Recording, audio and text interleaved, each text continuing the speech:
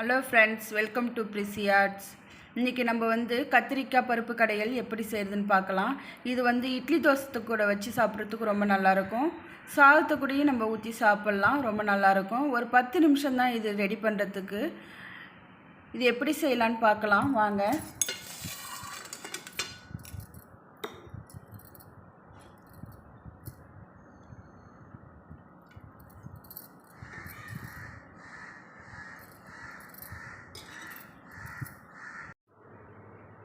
இதுக்கு தேவையான பொருட்கள் பார்க்கலாம். நம்ம ஒரு 3 ஸ்பூன் துவரம்பருப்பு எடுத்து வச்சுருக்கோம். இதை தண்ணியில் நான் ஒரு 1/2 hourக்கு முன்னாடியே தண்ணியில் ஊற வச்சுருக்கோம். அந்த துவரம்பருப்பு இதில் சேர்த்துக்கலாம்.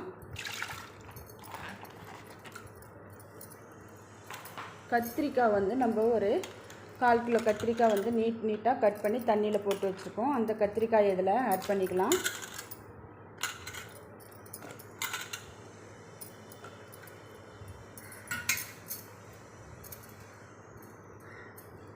இப்போ 2 பெரிய வெங்காயம் நான் கட் பண்ணி வச்சுருக்கேன். அதையும் இதில் ஆட் பண்ணிக்கலாம்.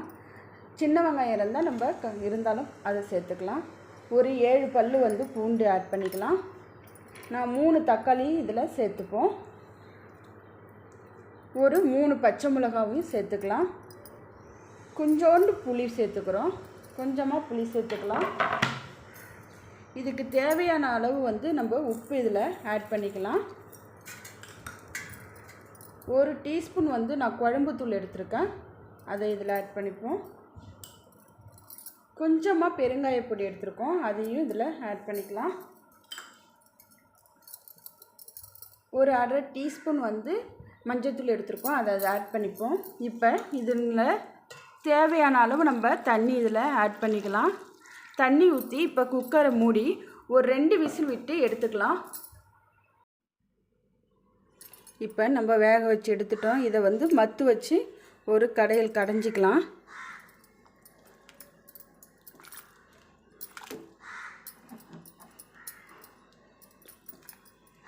மத்து வச்சு கடைஞ்சிக்கலாம்.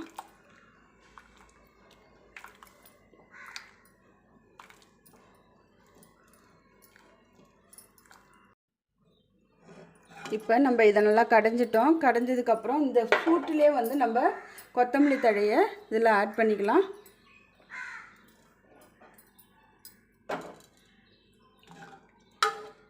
இப்போ நம்ம இதுக்கு ஒரு தாளிப்பு ஒன்று ரெடி பண்ணிக்கலாம்.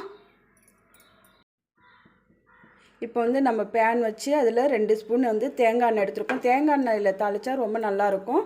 அதனால் நம்ம 2 ஸ்பூன் தேங்காய் எண்ணெய் விட்டுருக்கோம். தாளிப்புக்கு நம்ம கடுகு கொஞ்சம் எடுத்துருக்கோம். காஞ்ச மிளகாய் 2 கல்லி வச்சுருக்கோம். 1/2 டீஸ்பூன் ஜீரகம் எடுத்துருக்கோம். 1/2 டீஸ்பூன் மல்லி எடுத்துருக்கோம். கொஞ்சோண்டு கருவேப்பிலை தழை எடுத்து வச்சுருக்கோம். இப்போ நம்ம போட்டு தாளிச்சிக்கலாம்.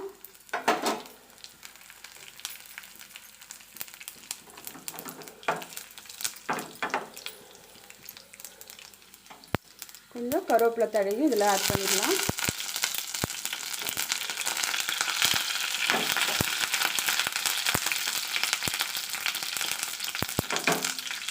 ஈஸியாக சிம்பிளாக ஒரு 10 நிமிஷத்துக்குள்ளே நம்ம இதை ரெடி பண்ணிடலாம். இது தோசை இட்லி கூட சாதத்து கூட வச்சு சாப்பிட்றதுக்கு ரொம்ப நல்லாயிருக்கும். இப்போ இந்த தாளிப்பு நல்லா தாளிச்சாச்சு.